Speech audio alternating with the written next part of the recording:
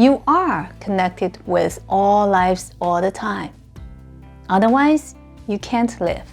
What supports your life and all other lives on the planet? But that richness and wealth do not indeed exist. The wealth you have is fragile and temporary. No matter how much money you have, you are still surviving. Therefore, you are still poor. Life is not dependent on money.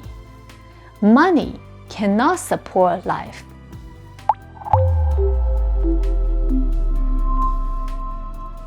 Have you heard of the story about the mystical deer? It radiates an aura of the full color spectrum, and people call it nine-color deer. Wherever it passes, flowers blossom, leaves grow, animals gather, all lives are revived. It is a beautiful folktale. There are no such mystical animals exist. The story is based on enlightened people's true stories, like Buddha and Lao Tzu. The truth will sound like a myth until you experience yourself. Hi, my name is Delphine. Welcome to my Taboo Talk Show.